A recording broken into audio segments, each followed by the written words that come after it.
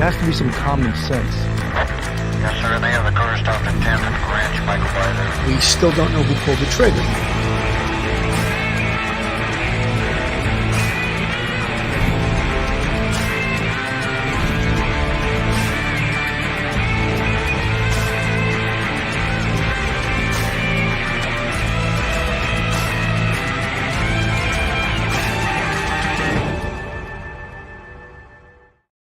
Hello, everyone, and welcome to Police Off the Cuff, Real Crime Stories. I'm your host, retired NYPD Sergeant Bill Cannon, a 27-year veteran of the NYPD.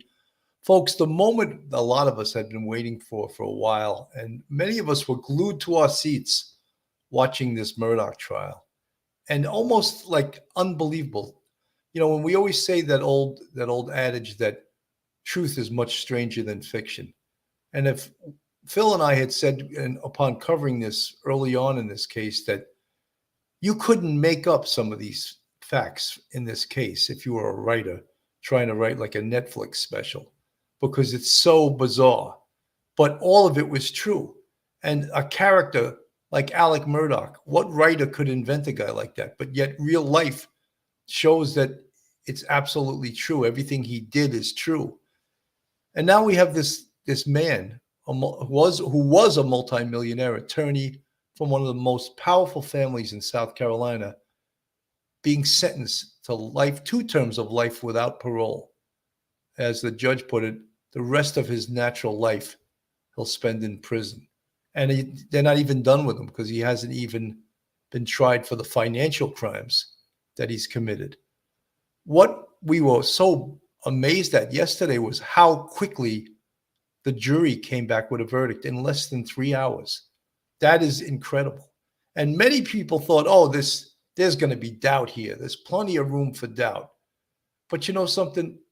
We talk about BARD, beyond a reasonable doubt. And there's where the rubber hits the road, the word reasonable.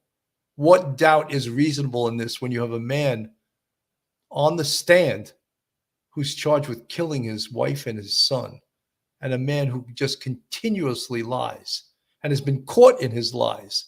So does that affect the reasonable doubt that a juror could have? You bet it does. And we're going to take a little bit of a deeper dive into this. And I know everyone's been asking me, where's Phil Grimaldi been? And so here he is, straight out of Brooklyn, retired NYPD detective. Phil Grimaldi, welcome back from your little bit of a hiatus. Thank you, Bill. It's good to be back. And how you doing today, Billy? I'm doing good. You know, a lot of people have been asking, where's Phil been? Where's Phil been? And here I am in the flesh. Here he is. He's back. You know, Phil, I don't know if you were surprised. I was actually out last night, and over my phone, I received a text. The jury came back guilty of everything, of all charges. You know, I'm like, wow. And then they also didn't waste any time. The sentencing today at 9:30 a.m. Unbelievable how quickly this whole thing moved. Yeah, you know, Billy, in most cases, when a jury comes back that quickly, 3 hours is very quick. Usually it means an acquittal. However, in this case, I think the jury saw 2 specific things I want to bring up. One is the fact that Alec took the stand and he lied. He admitted lying. He admitted being a criminal, basically, by embezzling money from clients, all the different things that he lied about. He actually lied about the fact that he was present at the location just before the homicide took place, up until the time that the information was downloaded from the phone of his son, Paul. And again, that video, those 2 things, the video and him taking the stand. I think in my heart, he planned to take the stand all along once it was revealed that the video was going to prove that he was at the location, and he had lied to the police on numerous occasions.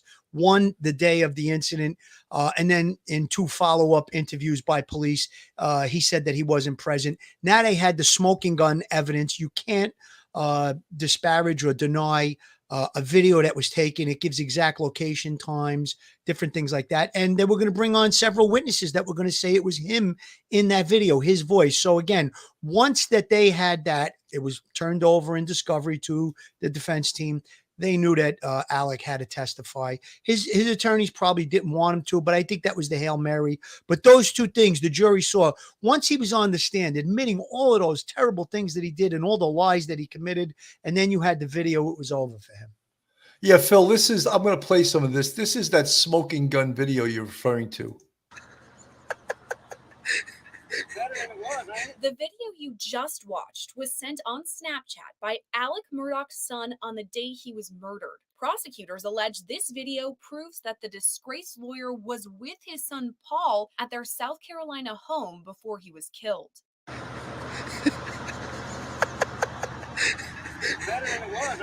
According to a Snapchat representative, that video was uploaded to Paul Murdaugh's memories at 7:39 p.m. and later sent to friends at 7:56 p.m. on June 7th, 2021. The video we just discussed that was part of the Snapchat search warrant return Yes. that you just testified was uploaded at 7:39 p.m. and sent at 7:56 p.m. Yes. Later that night, Paul Murdaugh took another video on his phone, this time in their dog kennel. Listen to how many voices you hear. Get back. Get back.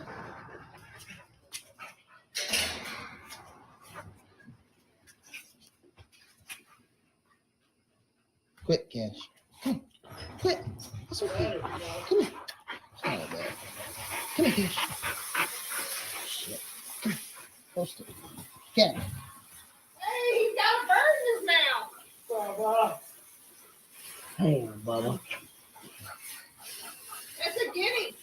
This is a chicken. Come here, Bubba. Come here, Cash. Come here, Bubba. Cash. Quit.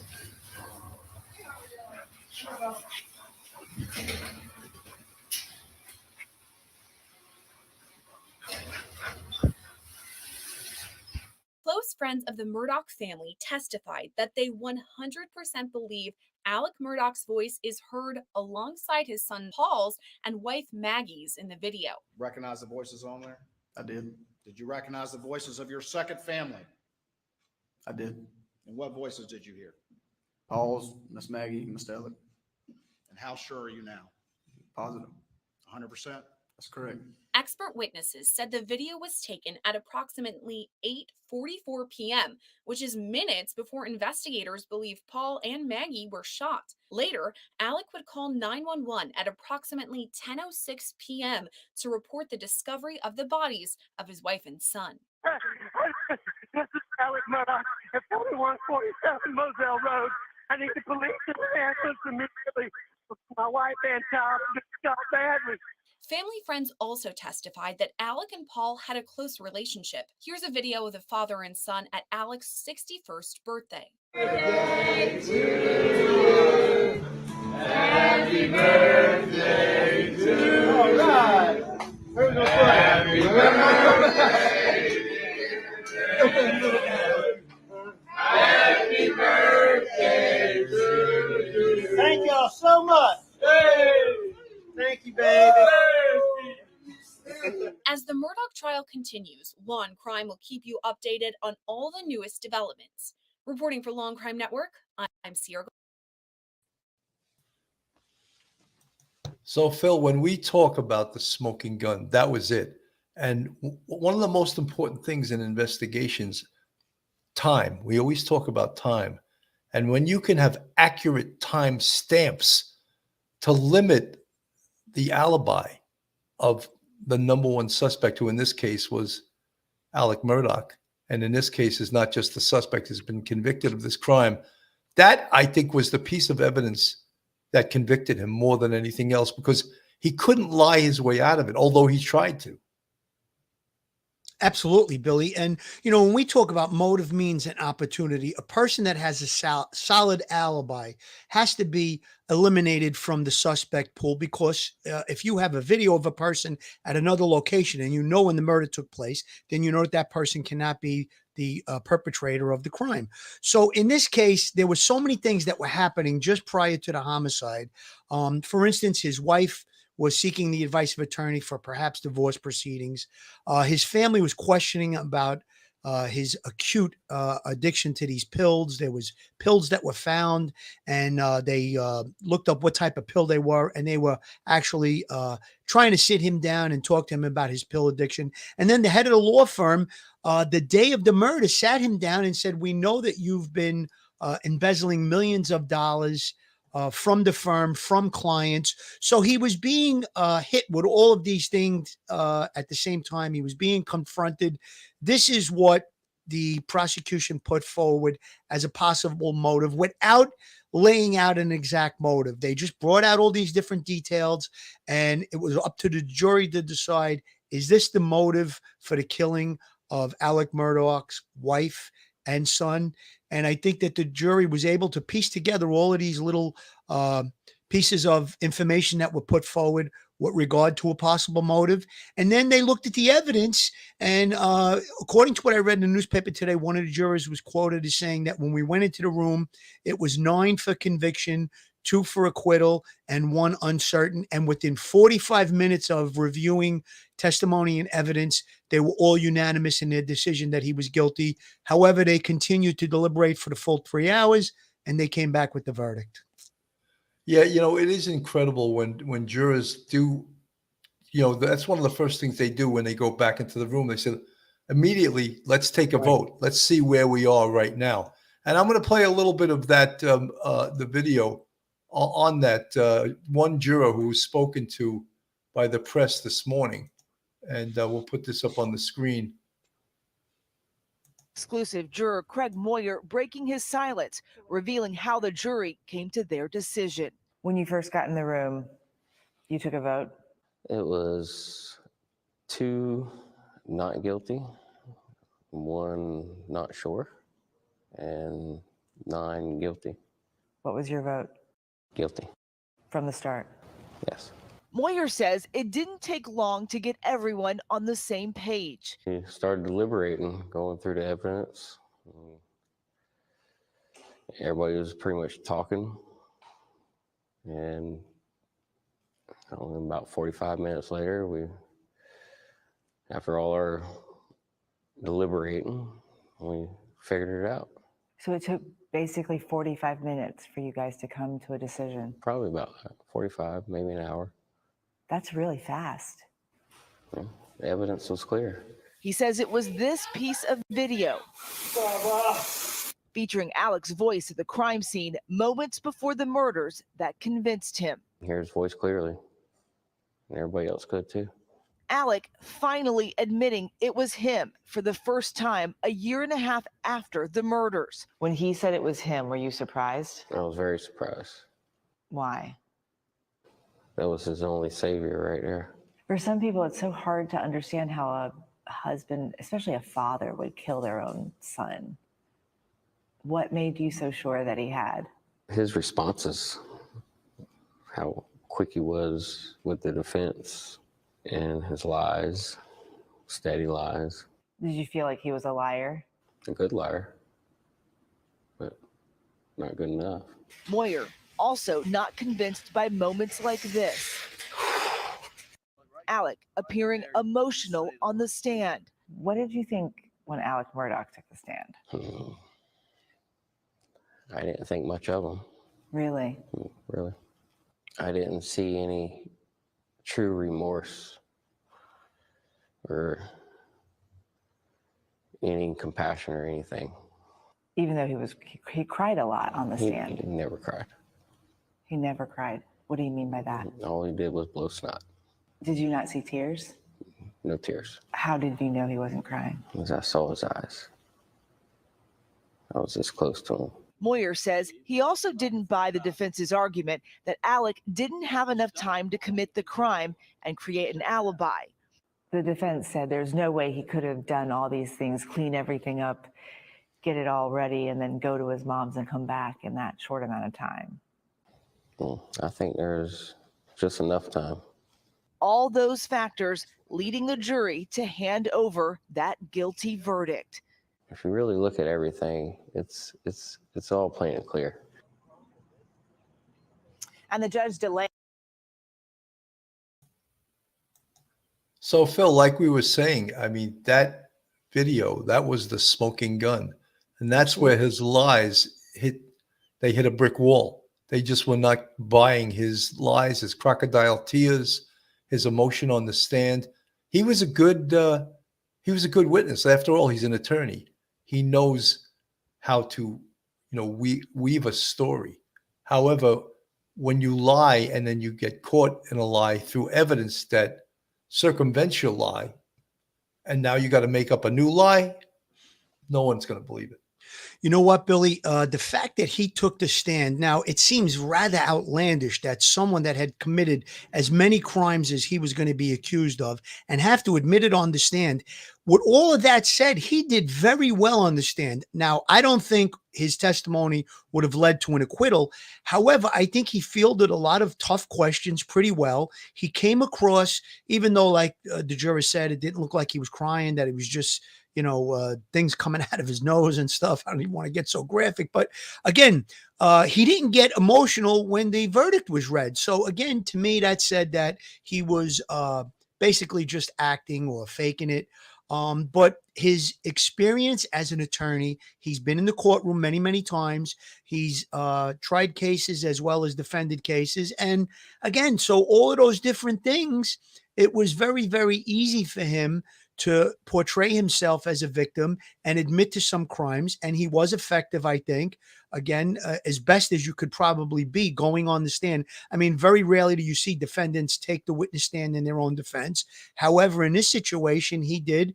And I don't think he did a bad job. I don't think it was that got him convicted so much as the other things, the other pieces of evidence. But very risky. If you had Joe Murray on the show right now, he'd probably agree, and most other attorneys, very, very risky to put your client on the stand.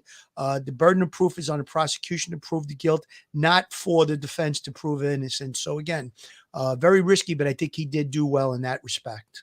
Absolutely.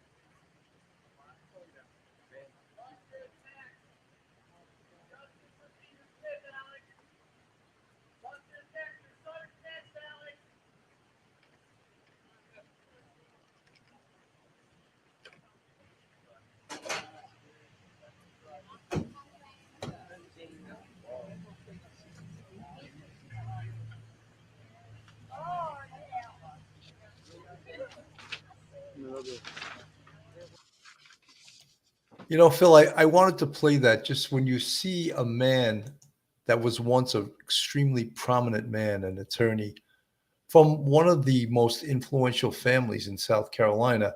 In fact, the judge said in his speech during the sentencing, he said, the picture of your grandfather was on the back wall of this courtroom, which we had to have removed because we wanted to make the trial fair for both the prosecution and the defense.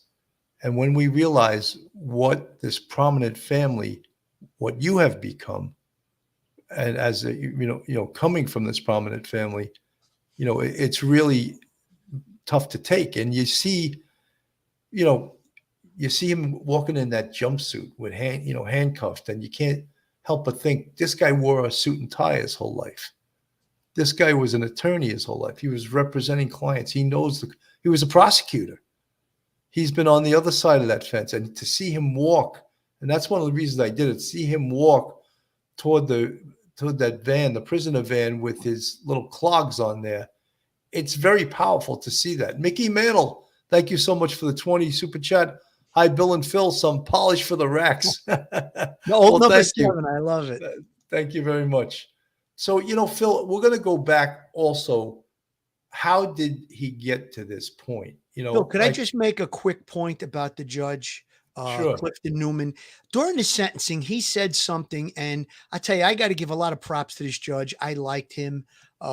He said, Alec, during the trial, you made the comment when you were testifying, what a tangled web we weave. What did you mean by that? And he responded, he said, well, when I lied, I kept lying. He goes, and you're still lying as of today. In other words, he's never going to, fess up to the truth that he killed those two people. And real quick, his response, I mean, if I was wrongfully being accused of murder and at my trial, it comes down that I'm guilty, I would start, raising hell. I'm not guilty. I'm innocent. He just stood there very stoically and took it. To me, that says guilty, guilty, guilty. Absolutely. Let me play a little bit of the judge right now. This judge was very cool. Yeah, he was good, this guy. I don't know why it's not playing. There it is. We built the TimberTech deck. Whoops. The deck floats into the landscape. Let me remove that for It now. had 2 more seconds. It was going to. Oh. Yeah, I'll just. So yeah, this judge was very, very cool. He was very measured. Some of the decisions that he made in what to let in and what not to let in were very. I mean, that's going to be the basis of an appeal. There's no doubt that this case is going to be appealed at some time. The thing that struck me about the judge too, Billy, he's from the area. He knows this family. He knows the hierarchy, the dynasty of the Murdaugh family. And he had no problem with doing what he had to do to, oversee the case and, proceed with justice. So I give him a lot of credit. Absolutely. Good morning, Your Honor. I'm innocent. I would never hurt my wife, Maggie, and I would never hurt my son, Pawpaw. Disgraceful, right, Phil? And that was exactly what you were talking about. He's standing up and he's still lying, but his eyes are like beady eyes, like a shark looking at you, And Wouldn't you be pounding on the table? I didn't do this if you were innocent. Yes. He's too measured. Yes, and I don't think a person in that courtroom believed it. Thank you, Your Honor. Thank you.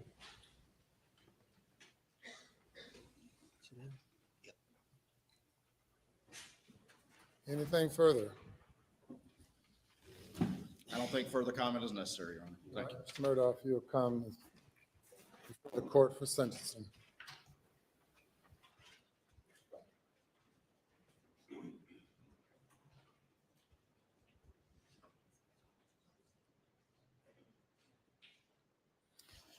This has been perhaps one of the most troubling cases, not just for me as a judge, for the state, for the defense team, but for all of the citizens in this community, all the citizens in this state, and as we have seen based on the media coverage throughout the nation,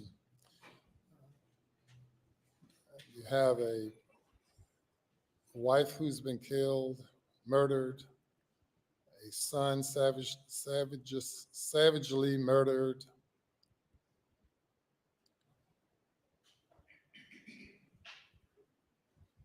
a lawyer, a person from a respected family who has controlled justice in this community for over a century,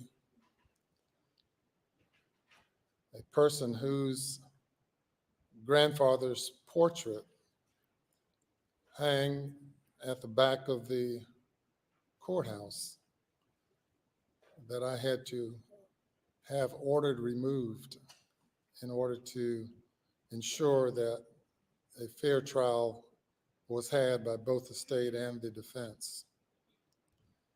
And I've sat through the trial. Not only have I sat through the trial, but also as the presiding judge of the state grand jury,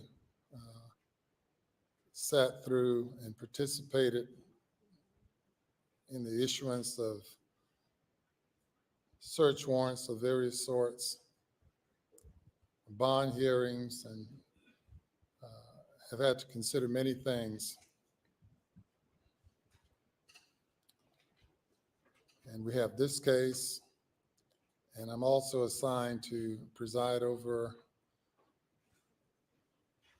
99 others, at least 99 other cases. Though testimony has come up regarding many of those other cases, I will not make any comment with regard to any other pending matter, as I have been assigned those cases as well. It's also particularly troubling, Mr. Murdaugh, because as a member of the legal community and a well-known member of the legal community, you've practiced law before me, and we've seen each other at various occasions throughout the years. And it was especially heartbreaking for me to see you go in the media from being a grieving father who lost a wife and a son to being the person indicted and convicted of killing them.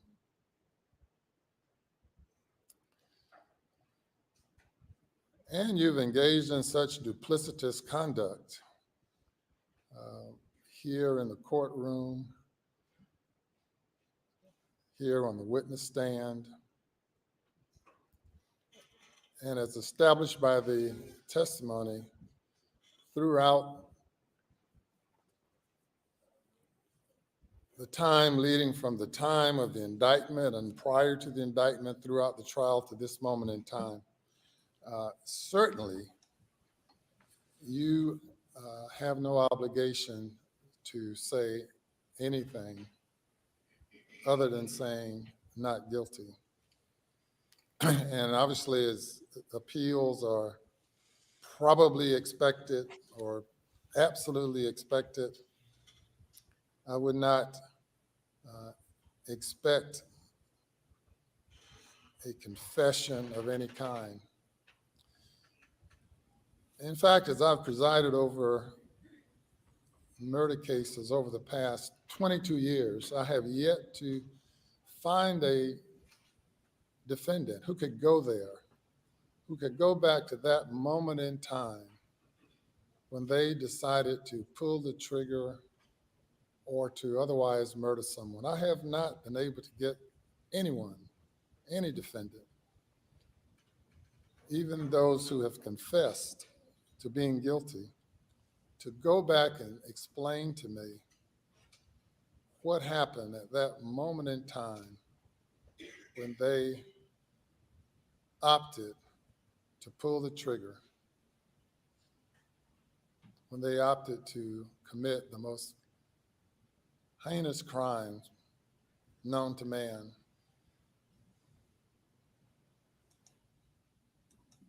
I'm not going to play the whole thing. I'm sure all of us know the judge, who was very cool. I realize, look how measured and soft-spoken he was, and obviously a man of wisdom, a man of experience, a man that's been doing this for a long time. And he didn't get excited or anything. He just simply sentenced him to 30 years to life consecutive on both the murders of Maggie Murdaugh and Paul Murdaugh. And no emotion from Alec Murdaugh. And, you know, I think even the courtroom, everyone, I think, sort of expected this. I don't think they expected it to be as quick as it was. But no one was surprised at the verdict. Absolutely, Billy. And all the blubbering he did in court when he was testifying and when other people were testifying and when they were showing crime scene photos, all that emotion was coming out of him playing for the jury. There's no jury present today. And what does he do? I'm not guilty, Your Honor. And he just stands there with a deadpan stare. That judge showed a lot of integrity, in my opinion. Like you said, Billy, we have to applaud him. He had to preside over a difficult case. And I think he showed his emotion, that he felt how, this man killed his son, killed his wife and his son. And I believe the judge recently, within the last 2 years, lost his 42 or 43-year-old son to a blood clot. So again, he was able to personalize the feeling about the loss of his son and look at someone that took the life of his son. So I think that's why he went hardline with the sentence. I mean, I don't think that was any surprise there, the 2 30-year sentences. And I think justice was served. Absolutely. Amy in Boston, thank you for the $5 super sticker. Do you think it would be the same outcome if the financial crimes were kept out? You both are awesome. Thank you very much, Amy. I don't think so. I think the smoking gun piece of evidence was the one we played, the video of him being at the dog kennel. I don't think he could overcome that because he didn't know about that. And when he was interviewed earlier on, he lied. And now because of discovery, they give it to his attorneys, and his attorneys are like, oh, no, you just told a whole complete story about this. Now they have this timeline down to, 30 seconds. It's so tight. How are you going to get it? And he tried to lie again in court to circumvent that. So, no, I don't think it would have mattered if the financial crimes didn't come into it. Here's the reason I think the financial crimes came in. The fact that he was going to take the stand, because once he takes the stand, he's open to any question, and they can go into his history and talk about things that he's done, and he would have to admit it, or else they would bring people in to testify to say that he did these things. So again, the financial part of it, if you remove that, yes, Billy, you're 100% correct. There was a mountain of evidence placing him at the scene, putting him very close to the crime scene at the time of the murder. You have that video. He's wearing one set of clothes, but yet when he calls the police, he's wearing different clothes. And where are those clothes? He can't account for them. There's so many different things. The shell casings that you and I talked about before we went on the air that matched Alec's favorite gun, those were found at the crime scene. Again, just a mountain of evidence, technical evidence, with regard to the cell phones, the vehicle's computer showing that he was racing around, all the different things. So again, I agree with what you said, Billy. If the financial crimes weren't part of this case, I think we would still had a conviction. Perhaps the jury would have pondered a little further, maybe examining the evidence, but I don't think it was that impactful on the guilty verdict. Schmitty, thank you very much for the $2 super sticker. What a tangled web we weave. No kidding. And that came right out of Alec's mouth. Daddy Crab, thanks for the $4.99. I always ask, what pushes people to the point of murder? Thanks, Bill and Phil. Daddy Crab, that's a question that criminologists and law enforcement people, clergy, have been asking since the beginning of time. I'd like to also right now welcome another guest, and we're very excited to have her on the show. It's Dr. Debbie Goodman from St. Thomas Aquinas College in South Florida. Dr. Goodman, Dr. Debbie, welcome.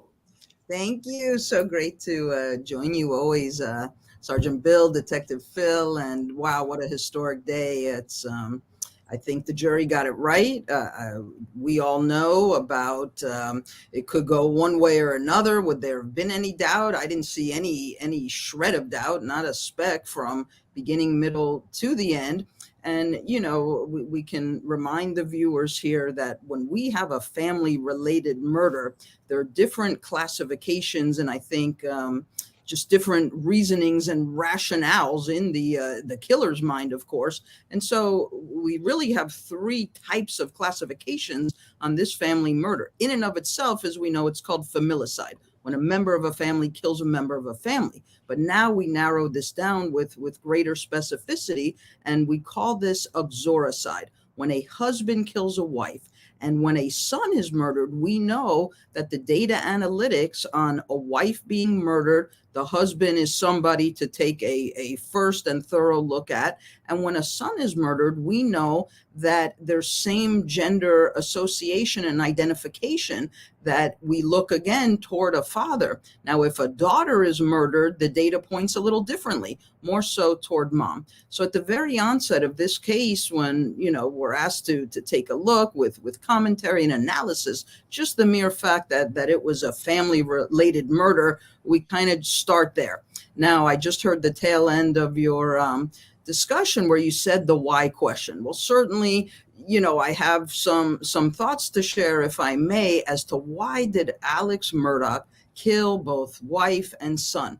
I think this is a matter of narcissism, grandiosity, and even Alec Murdaugh himself vacillated between who he was. Now, who he was, we could point to somebody of knowledge in the legal profession, of professional success, of helping community. But again, we now look at the present and into the future. Who is he? He is a man who is desperate. And as we know, Sergeant Bill, Detective Phil, desperate people do desperate things, and they will kill.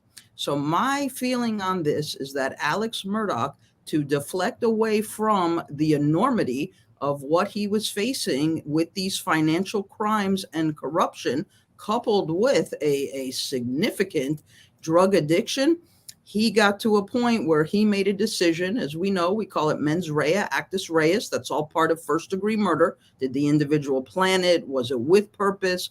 Was it deliberate? And was it willful? I say yes to all of that.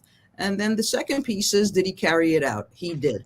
So the jury got this right. I think they should be complimented. They should be commended. As always, our excellent law enforcement representatives did a tremendous job here. And I think justice was rendered.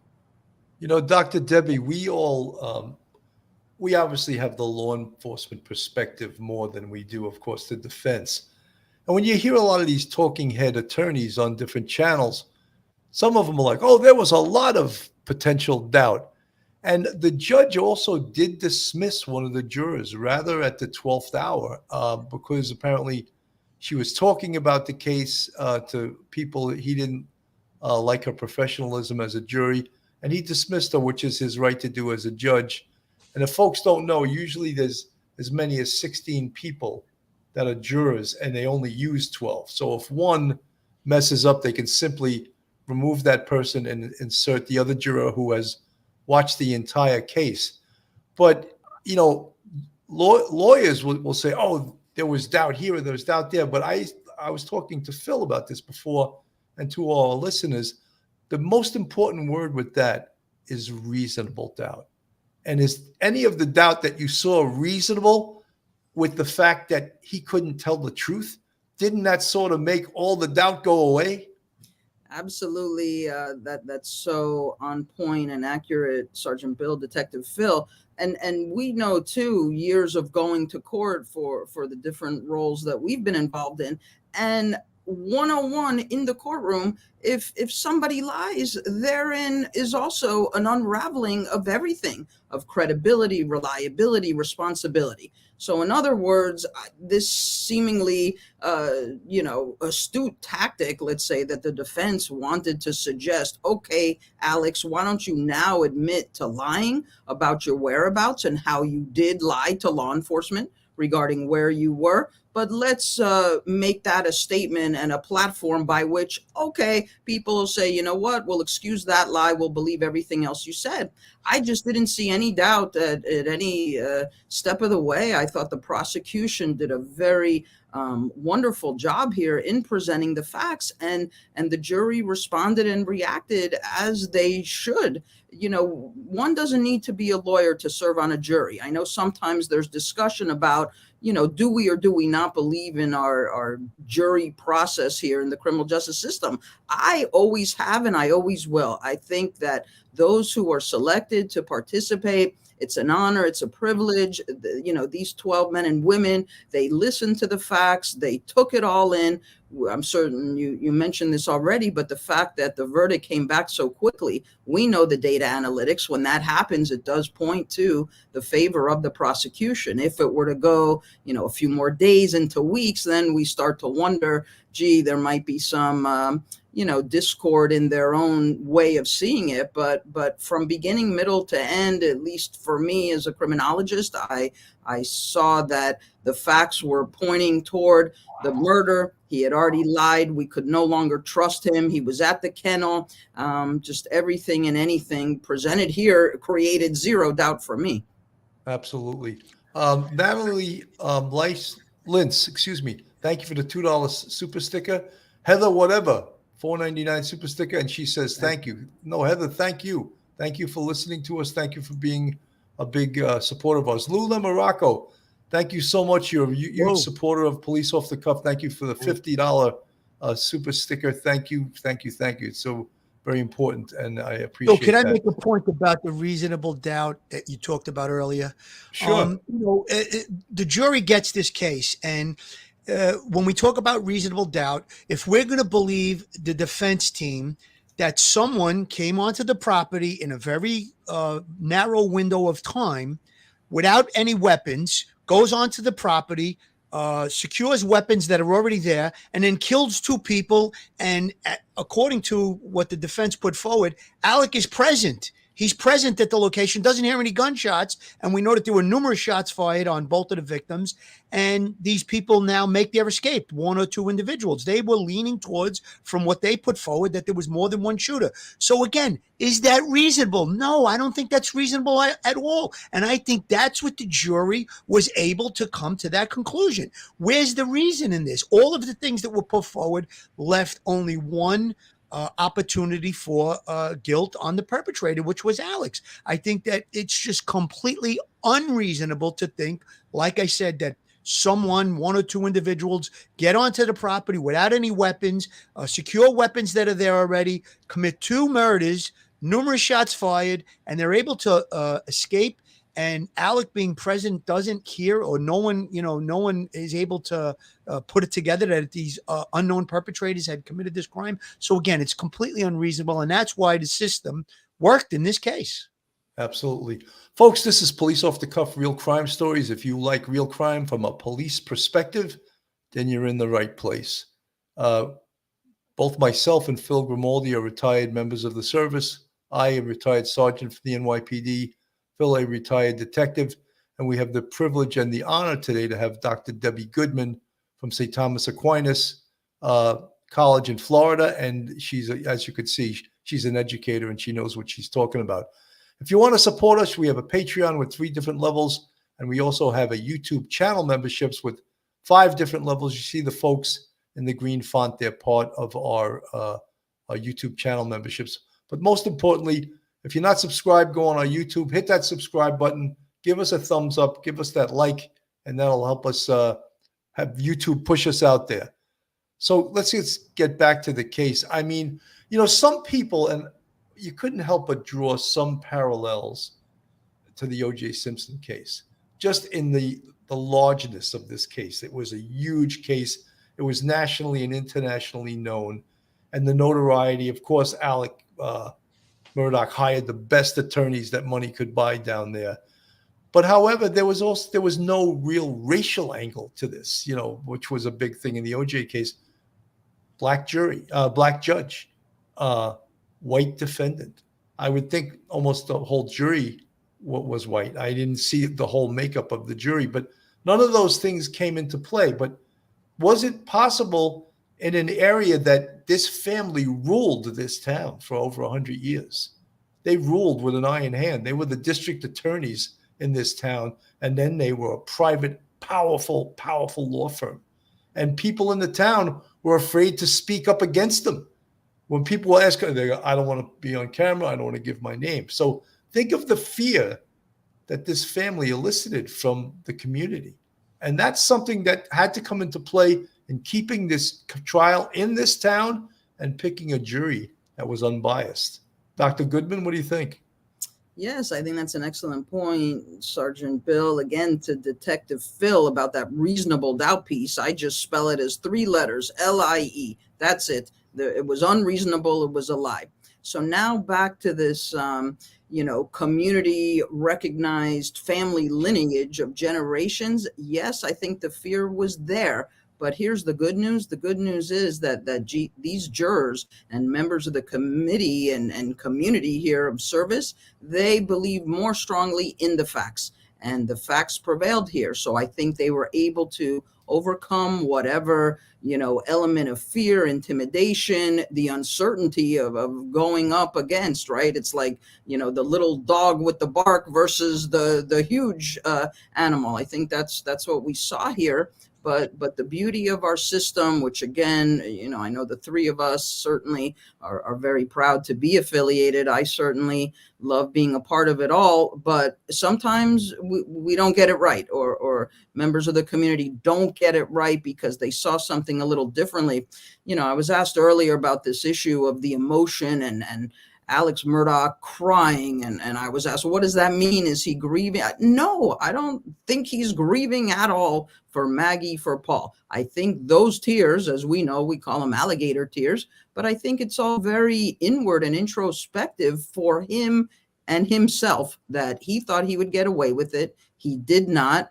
We will be seeing him incarcerated for the, 2 life sentences. I agree with that sentence. And And that's it. He's crying for who he was and who he now is. And he did not get away with this atrocity. And I know you mentioned about these financial crimes and the corruption therein. In totality, he could potentially face another 700 years, depending on which crimes he actually is going to get acquitted for of the 99. So he's not going. Dr. Debbie, Phil and I asked each other, purportedly he stole between $8 and $12 million. Where is all this money now? I'd like to know. There's no way he spent it all on pills, No, but it was stated, again, the validity or not, but somewhere in the scope and scale of a $5,000 to potentially $50,000 a week opioid addiction for many years. I mean, I can't believe either that it all went there. But the fact that an individual, I mean, who would have been at the top of the pyramid in our field and a legal scholar would slide so into the depths of the darkness and the macabre to kill his own wife, his own son, and to still maintain, his last words, of course, at the sentencing hearing: I did not kill my wife, I did not kill my son. And, would he ever admit to it? That's another issue. We know he did it. Would he ever submit the truth? No, absolutely not. Doc, I'm glad you brought up about the pill addiction, because I watched a special the other night on the news regarding the Murdaugh case. And there was a doctor who was a addiction expert. And he said, based on the amount of oxycodone that Alec claimed to be ingesting, that over a period of time, his brain would actually be rewired, is the way he put it, meaning that he wouldn't have any conscience. He wouldn't have any guilt. He wouldn't be able to make critical decisions based on the fact that his brain was so rewired from all of this addiction.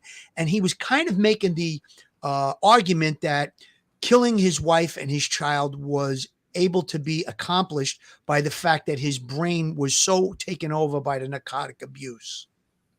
Well, I'm sorry. Go ahead. I'm sorry, Sergeant. No, I was just going to say, Maui Swift, thank you for the $13.99, but she has a question of Dr. Debbie. Great to hear your perspective, Dr. Debbie. I struggle with how he was trying to get a chicken out of the dog's mouth and within minutes blow his wife and child away. Yeah, it's again, Ms. Swift, thank you so much as always for joining and participating with us. I just can't believe Alex Murdaugh didn't do this. He did it in response also to Detective Phil and to the expert on drug addiction. Yet he made a decision. See, I believe this. I believe it was Alex Murdaugh who made the decision to also take the stand. I don't know necessarily that his defense attorneys made that decision, but I do think, to the point that Dr. Phil is making, if he wasn't in his right mind and if his, thinking process and delivery of the facts or whatever he wanted it to be as a scripted statement, somehow he knew enough, I think, that he thought he was far superior in intellect and in commanding the audience of the jury. So I believe that was his decision, and therefore he still has legal knowledge, even though he's disbarred. To Ms. Swift, people who are desperate, I think, do desperate things. The fact that here he is on Paul's cell phone, and yet he wants to say that he wasn't in the proximity. It's just alarming to think that somebody can lie and believe it's the truth. We do call it psychopathic. We know that there's differences between the sociopath and the psychopath. Psychopaths can be very interactive, engaging, high functioning. They'll have zero remorse. I do not think Alex Murdaugh has any remorse for what has happened to his wife, to his son. The inward regret might be that he's incarcerated for the next, however many years, for the totality of his lifespan. That he lives, absolutely. I mean, it is amazing. And when you talk about people that are the best liars on this earth, are the ones who believe their lies, because they can't tell the difference between the truth and a lie. So put them on a lie detector, and probably the line would just go straight like that, because they're believing everything they say, even though it's a complete and absolute lie. I wanted to just play something. We had a guy about a year ago. His name was Eric Allen, and he was actually from the community and he did an unbelievable documentary on this case, and a wrongful death lawsuit, and we'll get more into that later.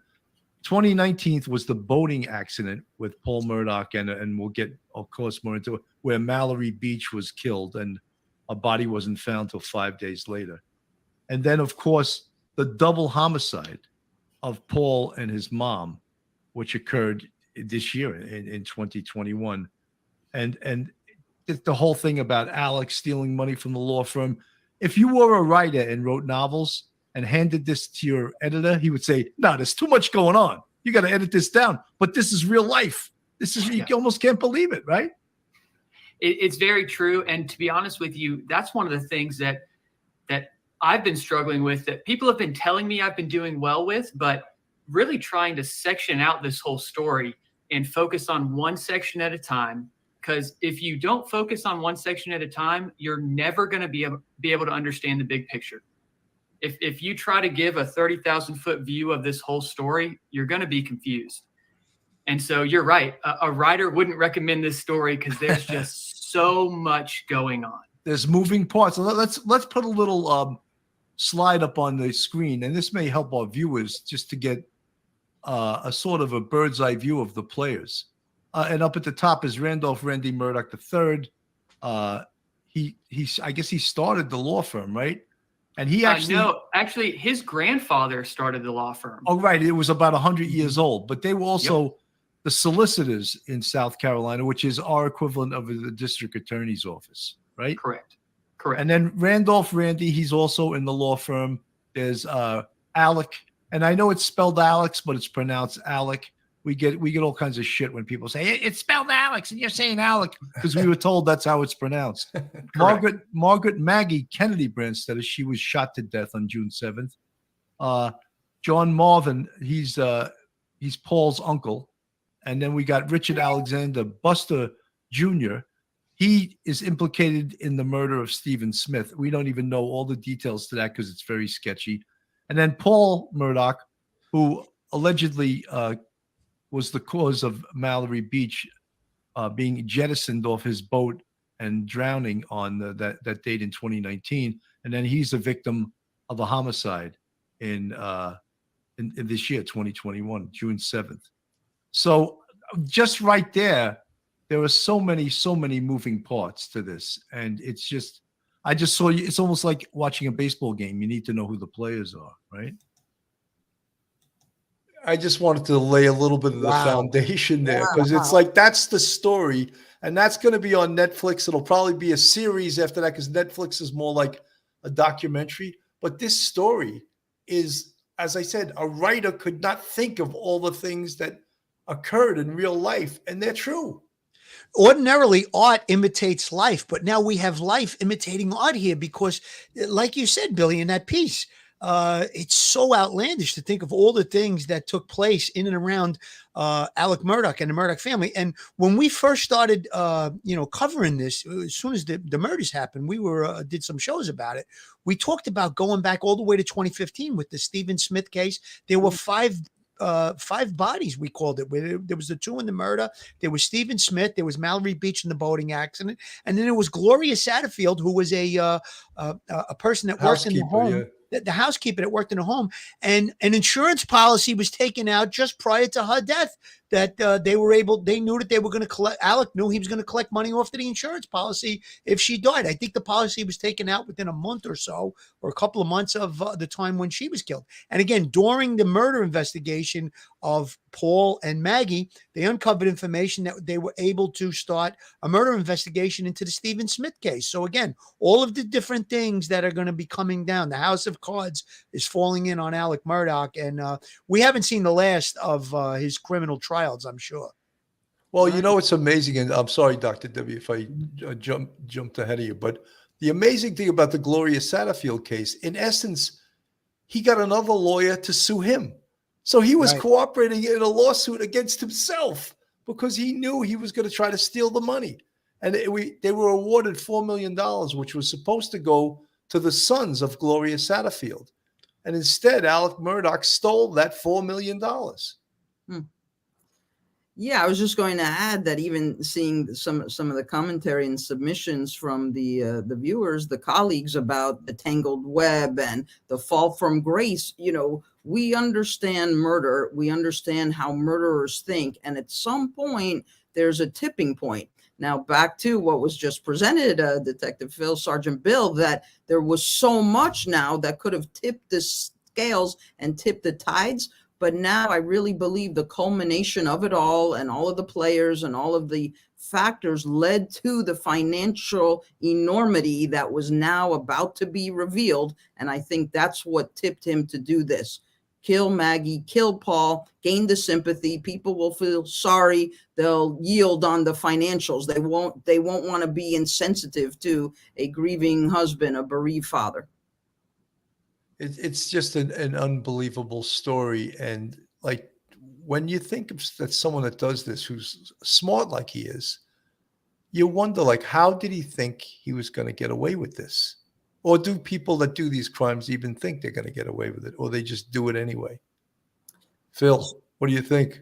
Well, I think that, the house of cards was falling in. His world was collapsing. And, he had several things that he had to think about. One was his wife was already talking to an attorney. She was going to divorce him based on, finances that were unaccounted for, his pill addiction. So that was probably going to come out. And then the lawsuit and the charges against his son, Paul, perhaps other things could come out based on that. We know that he went to the hospital on the night of the boating accident and tried to coerce several people that were there to say that his son wasn't driving the boat. They had video of him with some kind of a solicitor shield, which is equivalent to the district attorney's office.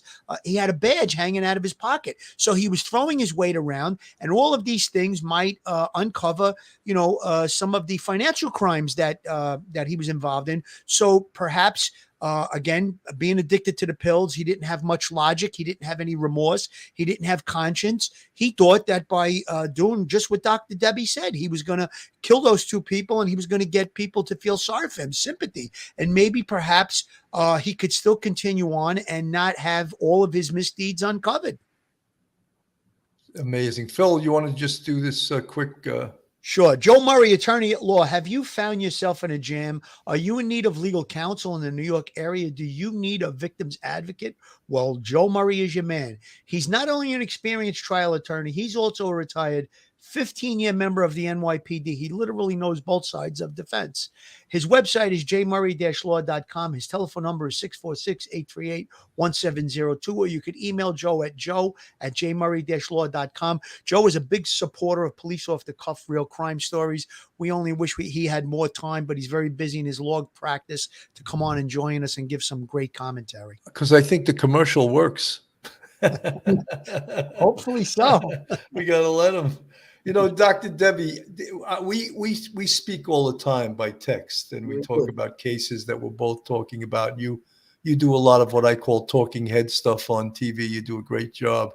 And it's always good to talk with other people in the field to see what their feelings are on cases. And so many people, I think, in this case thought there's doubt. There's going to be, and some really prominent defense attorneys, of course, that's what they do for a living. But they were saying, oh, this is going to be a hung jury. So many people said that. And I felt it was going to be a conviction. I didn't think it was going to come back as quickly as it did, but I thought he was going to get convicted. Yeah, I agree with you, Sergeant Bill. We talk regularly about all of these high-profile crimes and cases, and you may have been, in my top 5 of who I first texted upon hearing a verdict was in. We didn't know it exactly yet, but I too was surprised that it came back as quickly as it did. But here's the thing, and you brought up a good question. I just wanted to respond. You said, do people like this think they'll get away with it? I would say, at least in this case with Alec Murdaugh, I do believe he thought he was very smart, very savvy, understood the law, understood manipulation tactics and deflecting and creating doubt. But I think to the rest of us, when we really listened and just stayed, focused on what was being presented, I truly didn't see the doubt. And I always try to be fair and neutral and detached and just listen to the presentation. But what doubt? Who else could it be? Is anybody else being looked at or discussed? Of course not. I agree. I agree. Phil, what are your thoughts?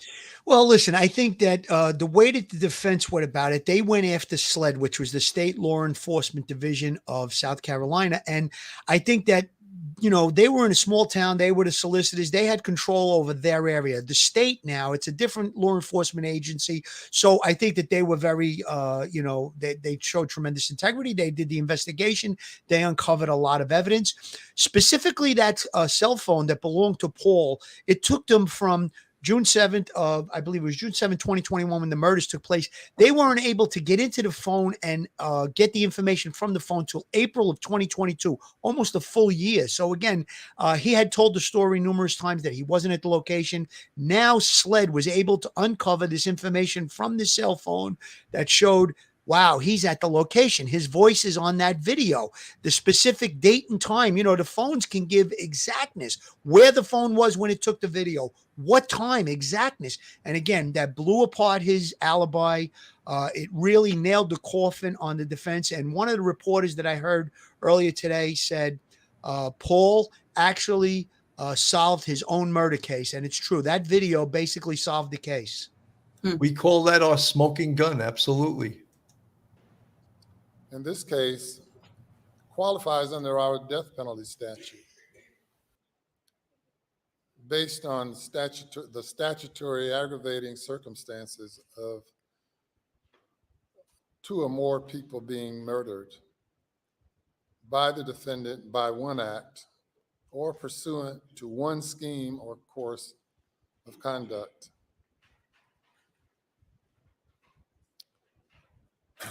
I don't question at all the decision of the state not to pursue the death penalty.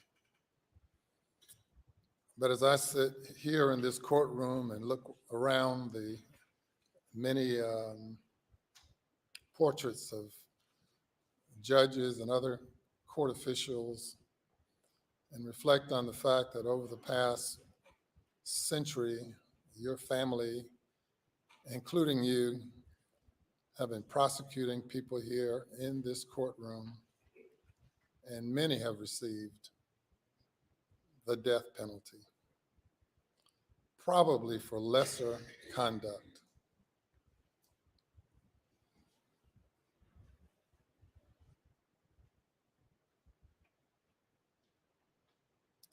Remind me of the expression you gave on the witness stand. Was it tangled? Tangled web, we weave. Oh, what tangled web we weave. What did you mean by that? Meant when I lied, I continue to lie. And the question is, when will it end? When will it end? And it's ended already for the jury because they've concluded that you continued to lie and lied throughout your testimony. And perhaps with all the throng of people here, they, for the most part, all believe, or 80, 90%, 99% believe that you continue to lie now when your statement of denial to the court.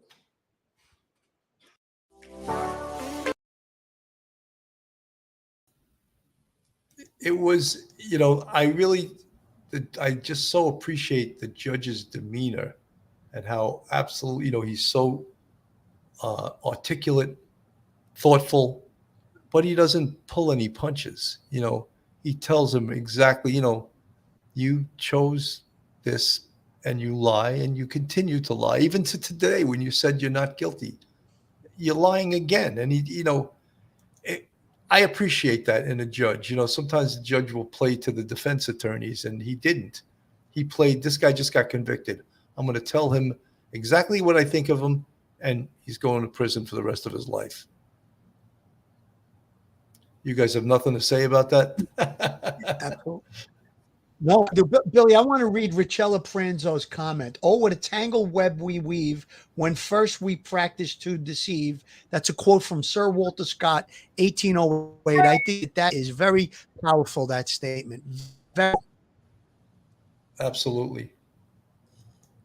Dr. Debbie, I'm going to give you final thoughts, and then we're going to, I'll give Phil final thoughts, and then we're going to say good afternoon to everyone. Thank you.